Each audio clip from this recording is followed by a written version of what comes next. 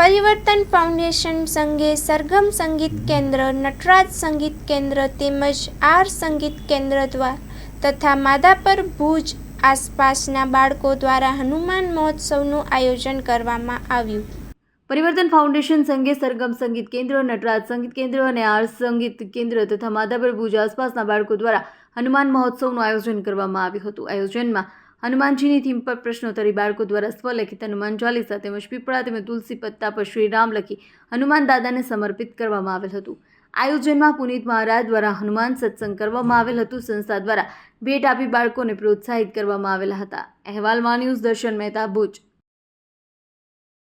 આજે હનુમાન જન્મોત્સવ નિમિત્તે અહીંયા સાયન્સ ગેલેરીની અંદર પરિવર્તન ફાઉન્ડેશન, મયુરભાઈ ગોહિલ અને એની આખી ટીમે ખૂબ સુંદર નાના છોકરાઓને બોલાવી હનુમાનજી વિશે, ગીતાજી વિશે, એજ્યુકેશન વિશે, રામ વિશે ખૂબ સુંદર આયોજન કર્યું. એની અંદર મને હનુમાનના 5 ગુણ મેં આપ્યા છે. એ ગુણ દ્વારા નાનો છોકરો કઈ રીતે સક્સેસ થઈ શકે, કચ્છ ગુજરાતનું કેમ નામ કરી શકે, એ મેં મેસેજ આપ્યો. ખૂબ આનંદ થયો.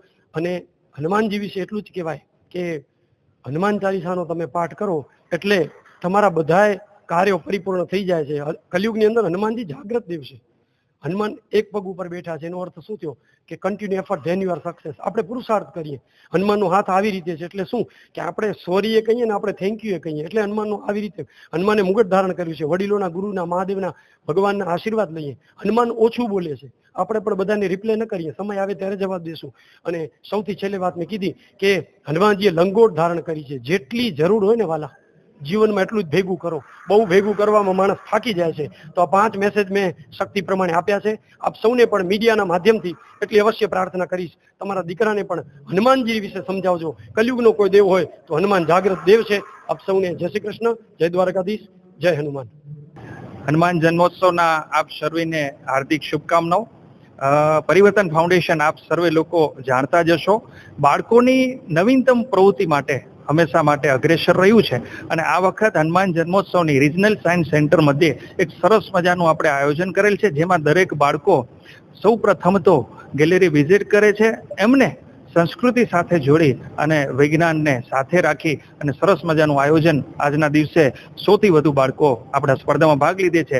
આની સાથે આપણે આ વખત નવીનતમ આયોજનમાં બાળકો પીપળાના પાન ઉપર કે આની સાથે તુલસીના પત્તા ઉપર શ્રી રામનો ઉલ્લેખ કરી અને બાળકો પોતાના હાથે ખુદ હનુમાન ચાલીસા લખી અને દાદાને જે છે આજરોજ સમર્પિત કરી છે. તો આવું સુંદર મજાનું આયોજન આપણી સંસ્થાએ કર્યું છે. અને તમામ બાળકોને કોઈ પણ સ્પર્ધા નહીં, પણ જેટલા બાળકો હનુમાન ચાલીસા લખી છે, જેટલા બાળકોએ શ્રી રામ લખ્યું છે, એ તમામ બાળકોને સંસ્થા તરફથી સર્ટિફિકેટ અને તેમજ ભેટ આપવામાં આવશે. તો આવું સુંદર મજાનું આયોજન આજરોજ આપણે બાળકોને સાથે રાખીને બાળકો સનાતન સાથે જોડાય એ નિમિત્તે રિજનલ સાયન્સ સેન્ટર મધ્યે સૌ ભેગા થયા છે.